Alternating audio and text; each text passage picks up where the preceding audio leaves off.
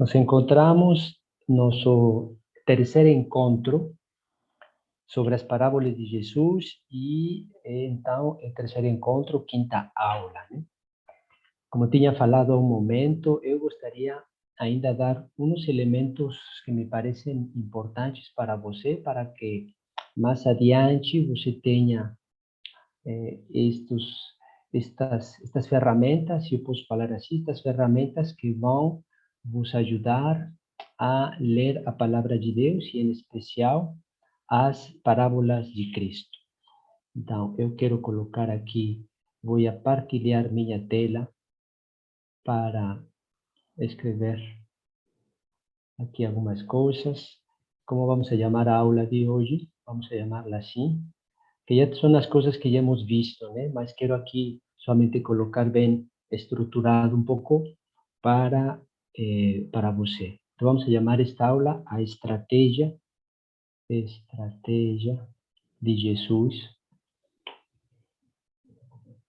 quando prega as parábolas. Então, qual é a intenção de Jesus cada vez que prega as parábolas? Então, hoje, aí tem uma coisa, vou colocar assim, que estas parábolas de Cristo têm uma intenção. E como já tínhamos falado, sempre estão dados em um contexto bem particular e como resposta a uma pergunta. E é o que vamos hoje, assim, também a entrar, né? A entrar nesta estratégia de Jesus.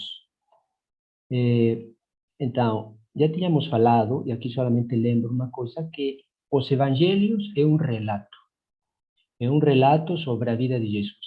E ao interior desse relato encontramos outro relato. E outro relato são, então, estas parábolas, não? Pequenos relatos ao interior do relato. E agora, qual é esta estratégia pastoral de Jesus quando prega as parábolas, né?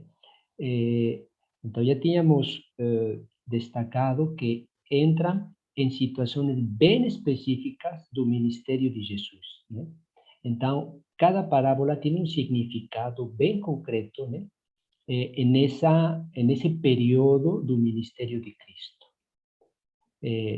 E vemos que este relato de parábola, então, tem algo assim escondido e algo que se revela, né? Já tínhamos falado que é linguagem encriptado, enigmático, que reclama nosso interesse, não? Ir procurar Jesus para que Jesus nos explique ele mesmo as parábolas, o significado delas, né? Então, tem algo assim de criptado, algo escondido e, ao mesmo tempo, algo que se revela. Vejam que o Evangelho de Mateus, aí, estamos trabalhando assim, as parábolas dos evangelhos sinópticos, mas aqui vou marcar o Evangelho de Mateus, capítulo 13, tem todo, tem um discurso parabólico, né? Tem todas, muitas parábolas reunidas en ese capítulo 13, né? Mateus coloca todo. Agora, aqui eu quero lembrar uma coisa que me parece importante quando estamos lendo os evangelhos, e com respeito a Mateus, né?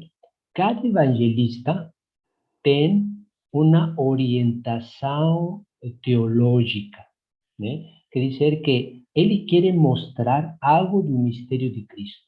Então, tipo, Mateus, quando estava escrevendo o seu evangelho, ele tinha sobre os olhos o evangelho de Marcos. Marcos já tinha escrito o evangelho, né? Então, Mateus já sabia o que Marcos tinha, vou falar assim, publicado. Então, Mateus não se trata de copiar novamente o evangelho de Marcos, sino que Mateus também tem uma intenção, quer mostrar algo do mistério de Cristo. Então, vai organizar de tal maneira o relato, as situações, os ensinamentos, porque quer mostrar um visagem de Cristo. Agora, aqui somente isto quero marcar para vocês, pois penso que pode ajudar, né? Aí na sua leitura de Mateus, que vamos a utilizar, só para situar as coisas, né? Mateus, aqui vou anotar todo isso. Mateus, podemos dizer que o Evangelho de Mateus está dividido em 4 grandes discursos. 4 grandes discursos, né? Quais são esses 4? Então, você pode, vamos, o primeiro, que é do vou dar, né? Os capítulos, mas o título, podemos falar assim, é um discurso no qual, primeiro, vou marcar acá, melhor, com outro, aí. O primeiro discurso, vamos a dizer assim, discurso para mostrar a autoridade de Cristo e obter a fé, né? A autoridade e obter da fé. Esse primeiro discurso de Mateus está entre os capítulos 5 e 9, né? Que é o discurso sobre a montanha, né? E depois tem aí todas essas bem-aventuranças, você se lembra, e depois tem milagres. Então, aí temos o primeiro discurso de Mateus.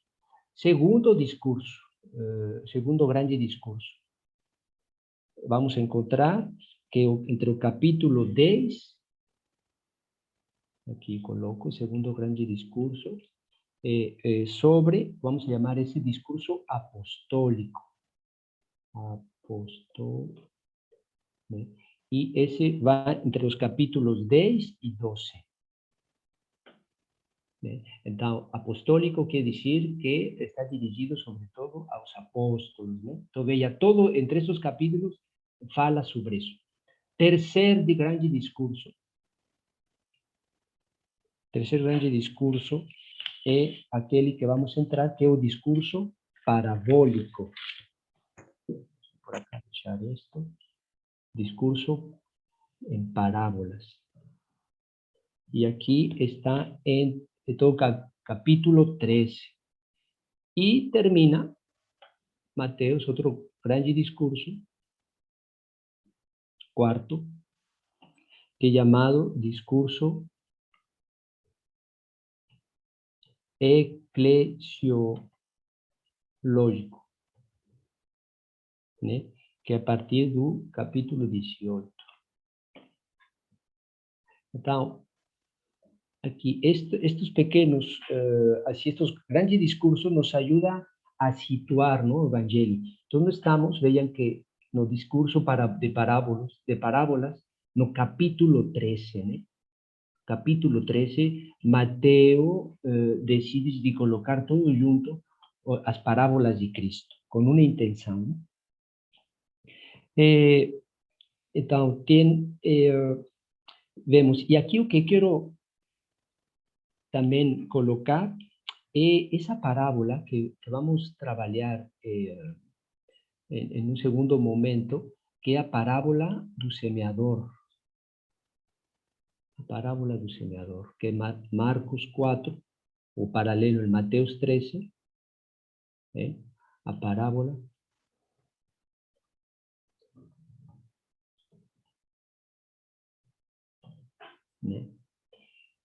Mas antes de entrar en esta parábola, seguimos colocando a estrategia de Jesús, no a intención de Jesús. Y vean, vamos a tomar ya nuestra Biblia, vamos ahí en Marcos 4 o Mateos 13, ¿no? Pero vamos a tomar Marcos. Que es la primera parábola de Jesús, ¿no? Y vean que vean cómo fala, ahí apenas de inicio, en el versículo 1 dice, y comenzó de nuevo a ensinar junto ao mar. Marcos capítulo 4, versículo 1. Y si vemos el Mateos, que está antes, Mateos capítulo 13,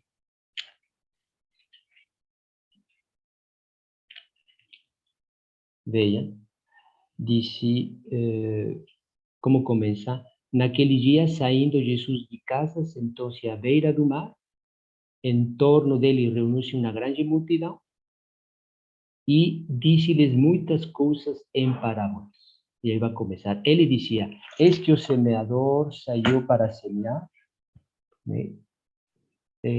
Ao semear, uma parte da semente caiu à beira do caminho, e as aves vieram e a comer, etc. Então vejam que o que aqui, para dar um exemplo, né? O que para Marcos as parábolas é um ensinamento, já tínhamos visto como Marcos, assim como que nos está suscitando em nós o desejo de saber em que consiste, qual é o ensinamento de Cristo, né? Então vejam que as parábolas para Marcos se trata de um ensinamento. Em Mateus não tem a mesma perspectiva, né? Aqui nos dá um pouco que Jesus saiu de casa e começou a falar em parábolas, né? Então vejam que para Marcos é um ensinamento e para Mateus, claro, sim também, mas expressado de outra maneira, né? Ele não se refere como Marcos, mais especificamente o ensinamento de Cristo, né? Então vejam como aí estou tratando de ilustrar como os evangelistas têm diferentes perspectivas teológicas, né? Então aqui coloquei estes 4 pontos que espero nos ajudem a ler aqui, porque vamos a trabalhar este Mateus 13, né? Agora, voltemos, e antes de entrar na parábola do semeador de Marcos 4, Mateus 13, voltemos a qual é essa estratégia de Jesus, que aqui vou a colocar en vermelho, porque ya teníamos falado, y la última vez colocamos ese punto que se trata de deslocar. Lo voy a colocar aquí con A, así. Deslocar y revelar.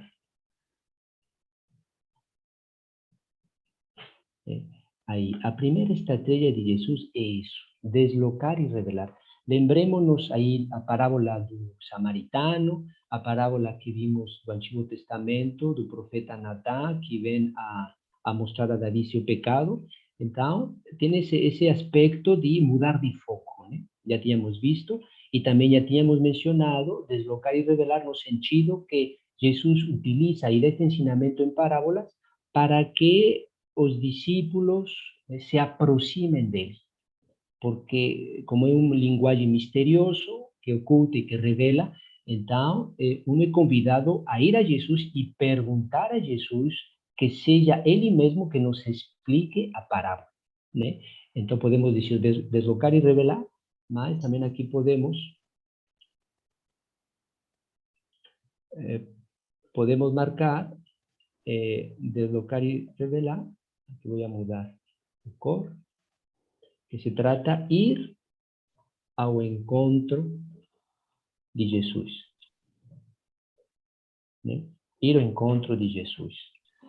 E Jesus nos vai dar índices, nos vai dar uma explicação que já tínhamos visto, não vai é a única explicação, mas vamos a tomar conta daquela explicação que Jesus nos está dando, né? Então, é importante, se podem ativar, aí está, obrigado. Ir ao encontro de Jesus, então, né? E pedimos a Jesus, no fundo, o que a parábola significa, né? O que, no fundo, o que esta parábola trata de nos ensinar. Então, ir além da parábola. Vamos com Jesus para que nos explique. ¿Sí? Y vean que ya teníamos falado que en un contexto bien particular, y ahí Mateo 13, esa primera parábola de Jesús es también para que saiam Jesús fala en parábolas para que o povo, os fariseus, etc., todos, sair de uma letargia, né? Então, é como todos estão bem acomodados, não querem, parece ser que não querem mover-se, né? Então, as parábolas são também para isso, para sair desse estado de falta de movimento, para que o povo possa se interrogar, né, se deslocar, né, que tenha esse desejo de saber, né. Então, diante esta letargia, Jesus vai colocar estas parábolas para ir além, né. Então, Jesus nos coloca em um movimento com estas parábolas. É a intenção das parábolas também. Então, nos colocar, vamos a colocar assim também, em movimento.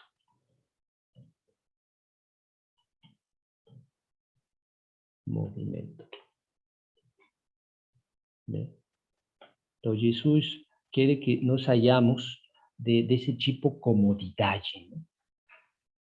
Né? E até, vejam, aí podemos, aqui, só para ilustrar essa parte de movimento. Espero que aqui. Vean, vamos a Mateus 9:33. Voy a colocar esto por aquí. Mateus 9:33.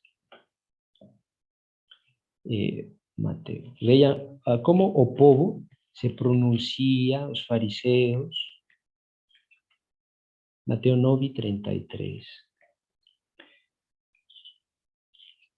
Vean, dice, logo, dice, expulsó demonio, o mudo falou. A multidão, vean o que fala a multidão ficou admirada e pôs-se a dizer, nunca se viu coisa semelhante em Israel. Os fariseus, porém, diziam, é pelo príncipe dos demônios que ele expulsa os demônios. Vejam que o ministério de Jesus já dá posturas diferentes, né? Para o povo, nunca se viu coisa semelhante, e para os fariseus, é pelo príncipe dos demônios, que expulsa dos demônios. Então, estamos em Mateus 9:33. Mas vejam, se seguimos mais adiante, em Mateus 12 agora. Mateus 12, 24.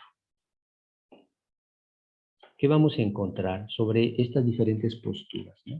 Então, o ministério de Jesus segue, em Mateus 12, 24, encontramos o seguinte.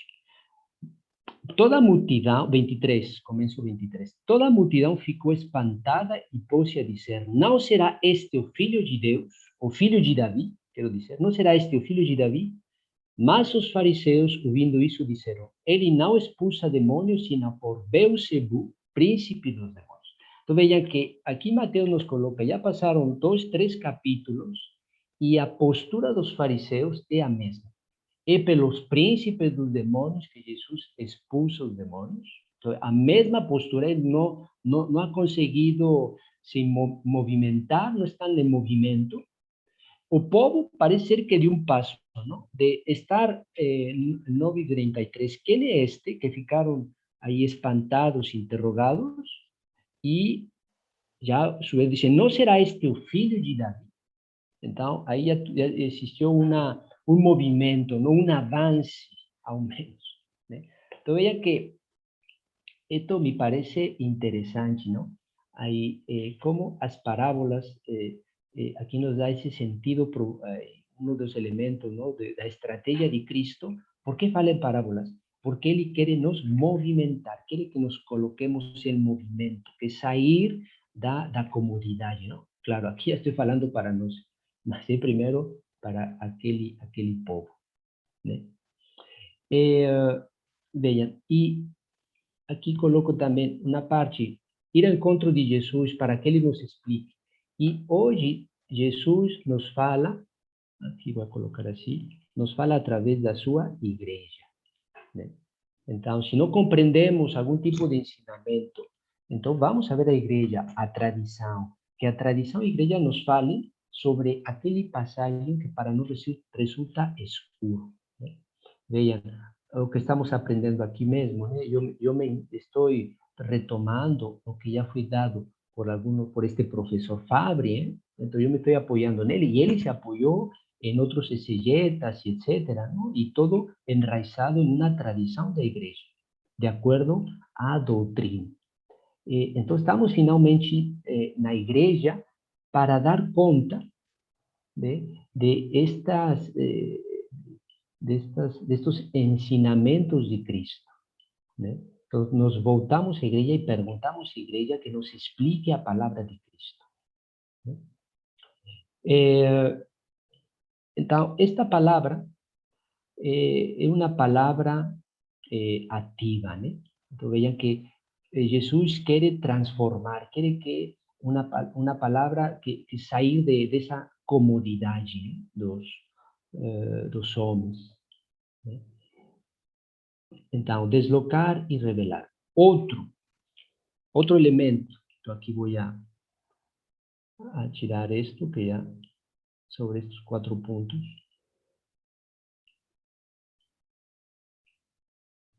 E ponto B, vou colocar aqui com. E se trata de revelar. Jesus fala em parábolas para revelar o segredo do coração. Lembremos-nos o que tínhamos visto aí com o profeta Natã e Davi. Para isso. Revelar o segredo do coração. A parábola obriga aos corações a se revelar, mas outros não querem. Vejam, então aqui chegamos a uma coisa muito interessante das parábolas, dizer que a parábola vai realizar discernimento. Quer dizer que para uns vão se sentir atraídos, né? Vai ser atraídos, mas outros vão se afastar, né? Como estamos vendo aqui agora, com este o povo e os fariseus, né? Então, uns se aproximam, outros se afastam, né? Então, realizam discernimento, mas discernimento, vou colocar aqui no coração, finalmente, né?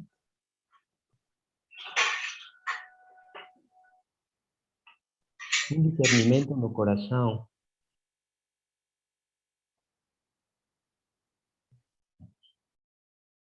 Né? Então, o discípulo que vai se sentir atraído e outro que vai se afastar. Revelar as intenções do coração.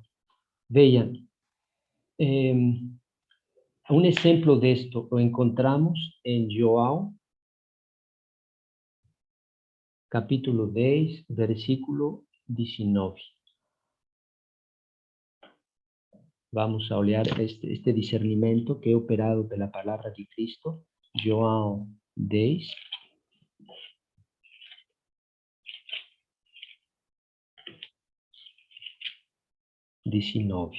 Então, se trata depois de ter dado a cura àquele cego de nascimento.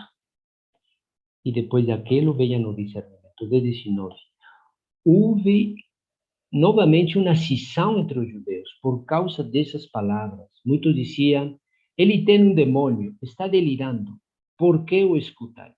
Outros diziam, não são de endemoniado essas palavras, porventura o demônio pode abrir os olhos de cego? Né? Então, vejam que discernimento, né? As parábolas vêm a mostrar e revelar o coração, né? E aí cada vai ter uma postura, né? Que chama a liberdade do homem. Então, essa palavra que desloca, essa palavra que vem discernir, né? E aqui, nessa parte do discernimento, vamos a colocar aqui outro elemento. O C, que podemos chamar interpretação. O não. O que significa isto? Eu vou explicar.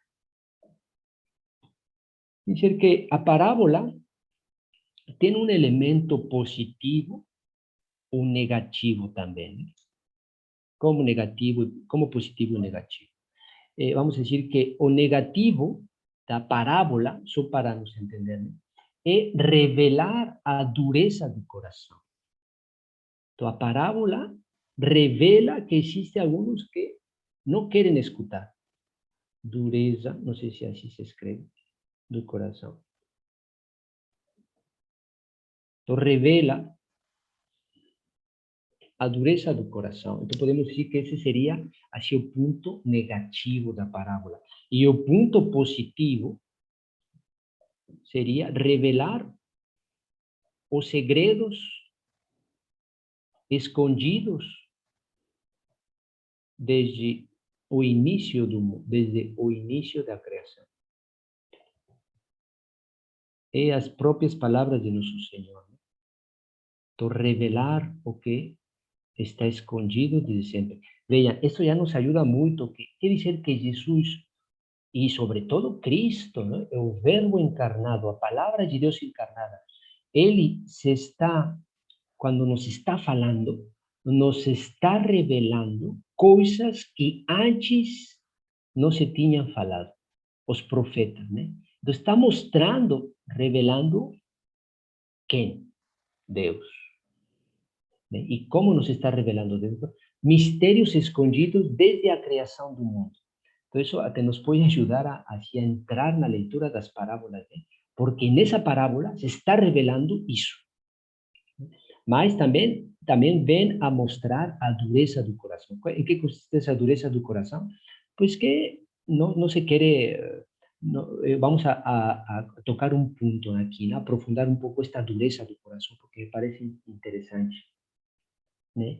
Quer dizer que um está revelando, revela, e o coração se fecha. Né? Então, vamos entrar assim apenas para que tomemos mais sabor das parábolas. Né?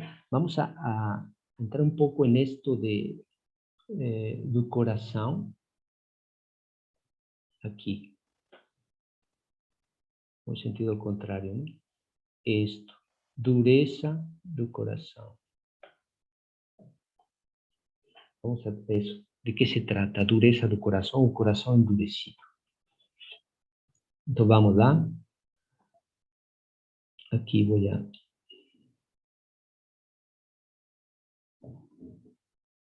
Aqui apago isto para ter mais espaço. Então, dureza do coração, né? Sobre as parábolas, esta parábola que vem a mostrar aqui. ¿Qué significa ser duro do coração? Significa que, bom, primeiro, uma imagem da dureza do coração a temos no faraó, né?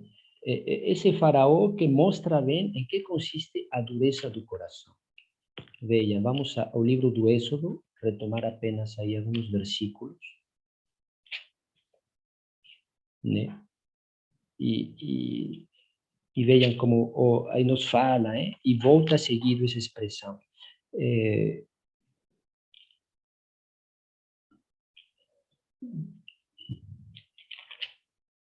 Vejam aqui, as pragas começam, e vejam, no capítulo 7, versículo 3. Dice, contudo, o coração de Faraó se endureceu e não subiu, como o Senhor havia predito. Mais adiante, aí está diante o primeiro sinal, milagroso. Mais adiante, acontece outro sinal, e diz aqui, estou no versículo 22 desse mesmo capítulo 7, diz: os magos de Egito, porém, com suas ciências ocultas, fizeram o mesmo. O coração de Faraó se endureceu e não subiu, como o Senhor havia dito. Virou-se Faraó e foi para casa, e nem isso considerou o seu coração. Né? E mais no capítulo 8, versículo 11, mas Faraó viu que havia alívio, já umas pragas, as pragas das rãs, e disse, sentiu alívio, e o seu coração ficou obstinado e não subiu. Né? Então vejam que, e aí vai voltar-nos cada vez, no capítulo 8, no final, Faraó obstinou e o seu coração e não deixou o povo partir. Né? Então vejam que diante os sinais de Deus, o coração do faraó se fecha progressivamente.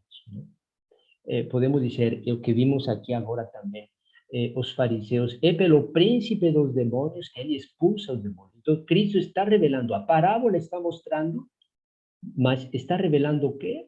Esse aspecto negativo do coração que não quer acolher a palavra. O coração se fecha, o coração fica endurecido e se vai endurecendo cada vez mais, né?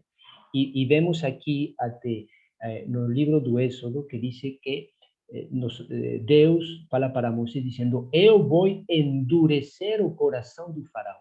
Então, de que se trata, não? Assim que Deus, nós vimos esta outra palavra que diz que o coração do faraó se endureceu como Deus havia predito, né? Como Deus havia predito.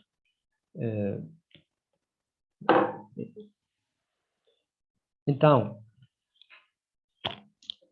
seguimos essa dureza do coração, né?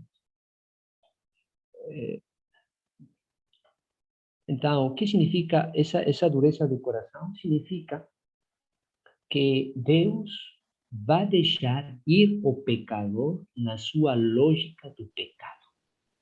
Não significa, um coração endurecido não significa que aquele homem, neste caso o faraó, estamos falando dele, vai ser condenado, né? Não, significa que Deus vai deixar o pecador ir na sua lógica, para que ele mesmo faça experiência até onde vai levar esse pecado, né? Na experiência de um tipo de morte, né? Então, veja, isso é interessante, né? Como as parábolas mostram aquilo e uno pode se fechar progressivamente, né? Neste caso, os fariseus se fecharam, se obstinaram e não queriam acolher a mensagem de Cristo. Então, ficaram como faraó. Então, endurecer o coração é Deus, tá bom?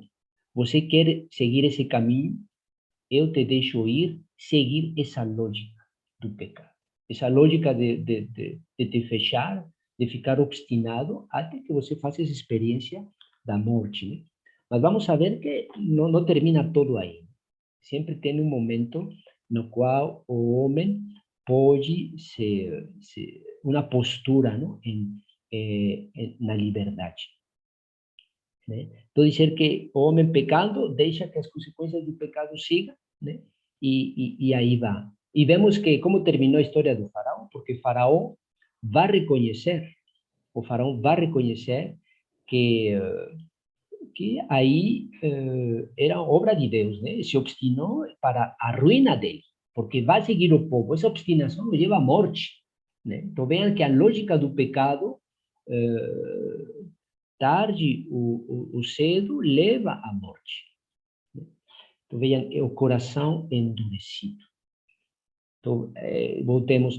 A estratégia de Jesus nas parábolas, por que Jesus fala em parábolas? Porque quer esconder, sim, quer revelar, mas também está revelando esse aspecto do endurecimento do coração, né?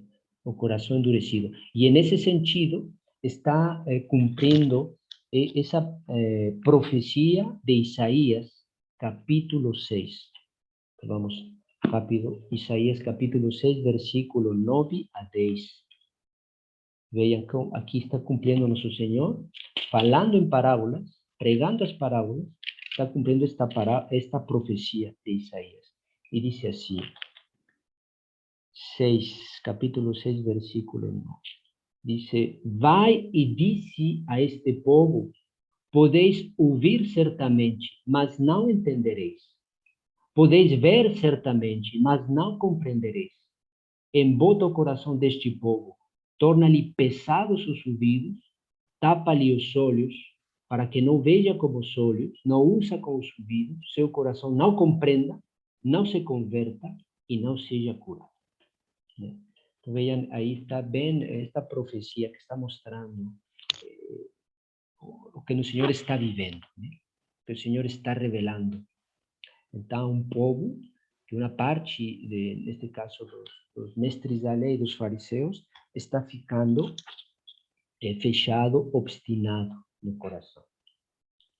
Então, vejam, endurecimento. Jesus quer que o povo compreenda que o povo está endurecido no seu coração.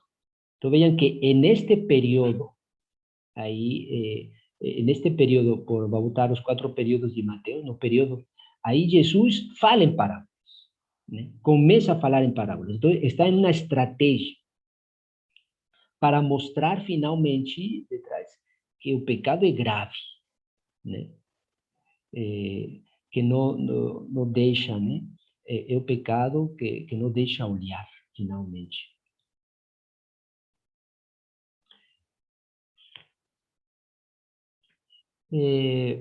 Aí também temos, então eu falei aqui Isaías 6, 9, mas também temos aí em 52, você pode olhar, 15, também sobre este aspecto de esconder, de abrir, né? De fechar os olhos e de abrir os olhos.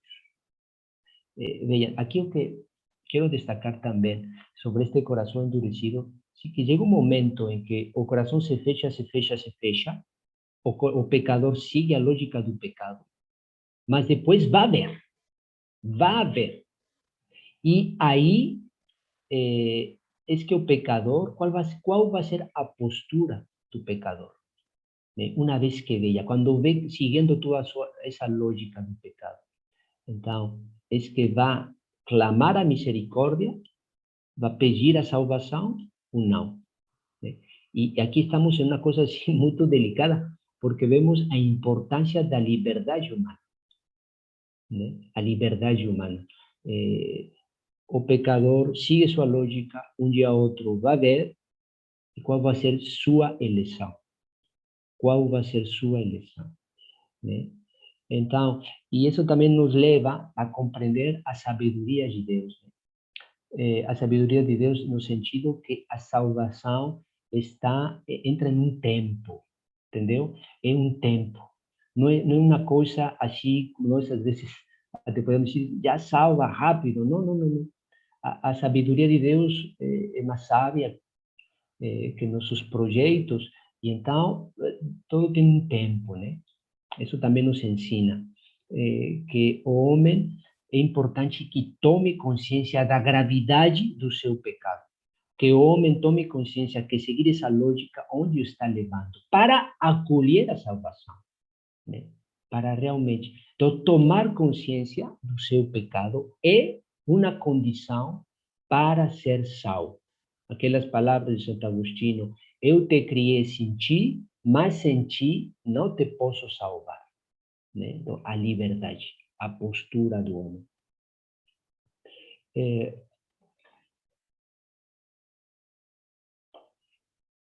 Então, a liberdade humana dentro das parábolas, né? Então, Deus não nos pode salvar sem nós.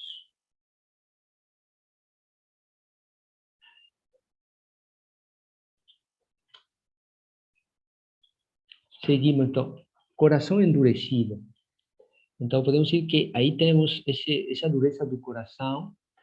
Aqui posso completar dizendo assim, só porque eu tinha falado, que se trata então de como de uma linguagem negativa, não? Já espero ter explicado em que sentido negativo, né? Nesse sentido que está revelando, que revela o pecado, né? Um coração endurecido. Tomar consciência, o pecador, né? E ao mesmo tempo revelar, né? O elemento positivo, que se trata da revelação dos mistérios e os segredos escondidos desde o início do mundo. Veja, isto de revelar, encontramos também aqui em uma passagem que é Mateus 11. Mateus 11, 25. Se lembra, Jesus exulta no Espírito Santo e diz: eu te louvo, Senhor Deus, Pai do céu e da terra, porque escondiste estas coisas aos sábios entendidos e as revelaste aos pequeninos. Esta é a tua vontade.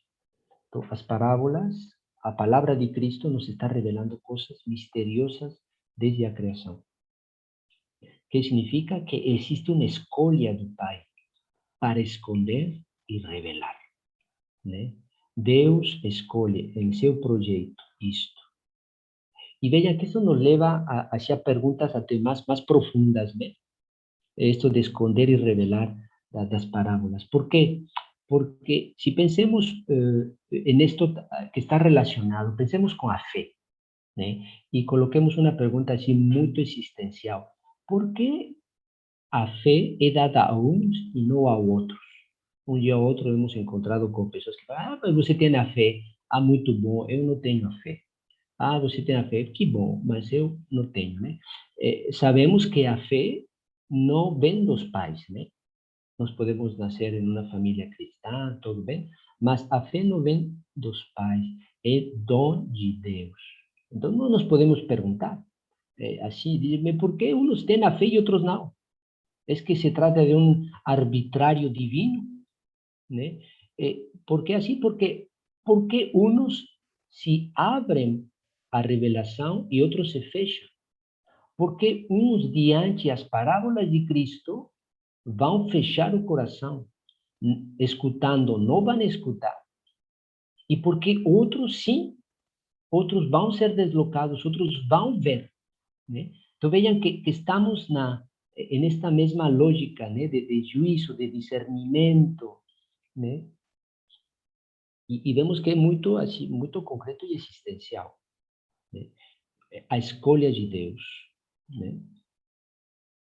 É, então, estes dois pontos me parecem muito importantes quando estamos em nossa leitura das parábolas. Então, a parábola nos dá este aspecto, vem revelar um coração endurecido, um coração que não quer andar, mas também vai revelar mistérios escondidos desde a criação, né? Aqui só quero tomar um exemplo assim concreto, não, sobre isto de esconder e revelar. Mas como estamos aí, estou insistindo bastante sobre o coração endurecido, né? E vejam que isto é assim, de grande importância, porque sem reconhecimento do pecado, não pode existir misericórdia. Se não conhecemos nosso pecado, o Senhor não pode nos fazer misericórdia, né? Então, devemos, para nos converter, né, para que o homem se converta, deve ver a gravidade do pecado, reconhecer, né, esse pecado e que está levando à morte, para que clame a misericórdia de Deus, para que clame a salvação. Senhor, vem me salvar, né? Preciso. Então, vejam que aí sim a misericórdia chega. Mas essa falsa concepção que mesmo hoje em dia até podemos dizer, ah, Deus não quer aquilo, Deus não quer que você esteja sofrendo assim, Deus não quer que você esteja, ah, não, mas estou vivendo nesse pecado, não? E é tão difícil sair daquele pecado, e não sei o quê. E chega outra pessoa e diz, ah, não te preocupes, Deus é misericórdia, não se preocupe, Ele vai te salvar. Às vezes, até a gente se acomoda no pecado, né? E uno começa aí a, a pensar que é verdade, que sim, o Senhor vai perdoar. Sim, me vai perdoar se reconhecemos, né? Se reconhecemos e vemos a gravidade do pecado, né? Então, para que a misericórdia venha e restaure todo que precisa ser restaurado no homem.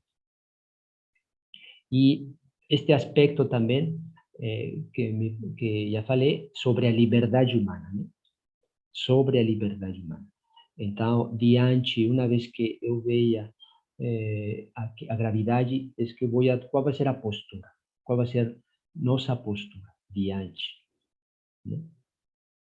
Então, veja que a parábola mostra tudo isso.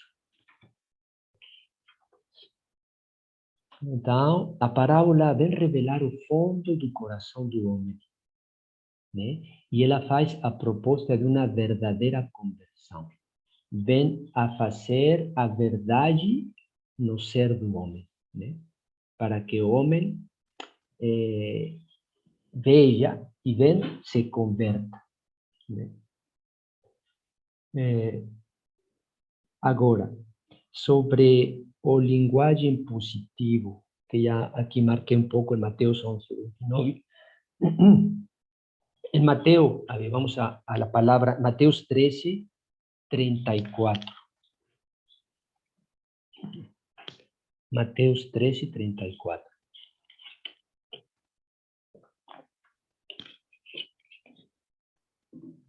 Sobre ese aspecto positivo, que es el de revelación.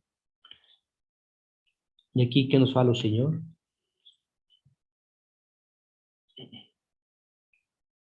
Dice,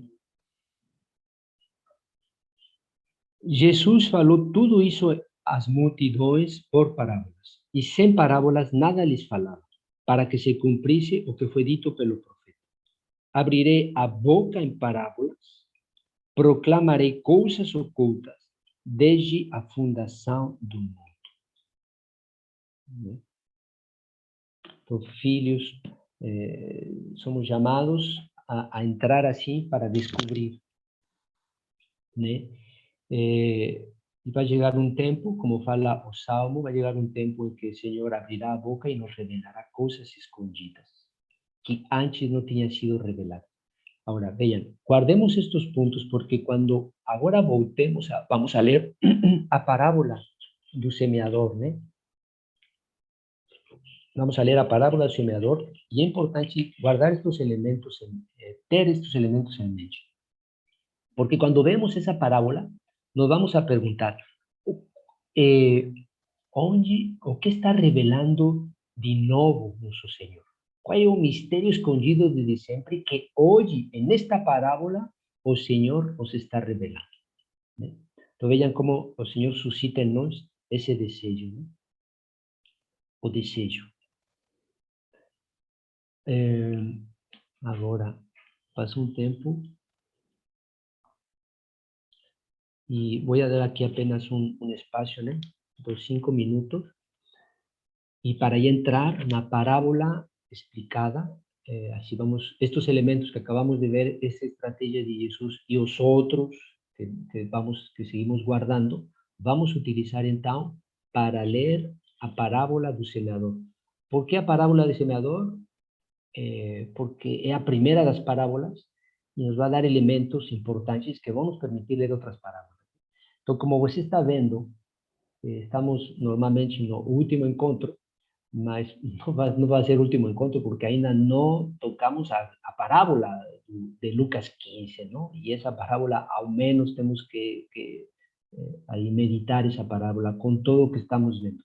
Entonces, quiere decir que ahora, después de este pequeño tiempo de recreo, vamos a entrar en esta parábola de Marcos 4, o a parábola del semeador, también Mateos 13, porque ya nos vamos a ayudar también, y después, que va a ser, si Dios quiser, o próximo sábado, vamos a estudiar esta parábola de Mateos 15, de Lucas 15, ¿no?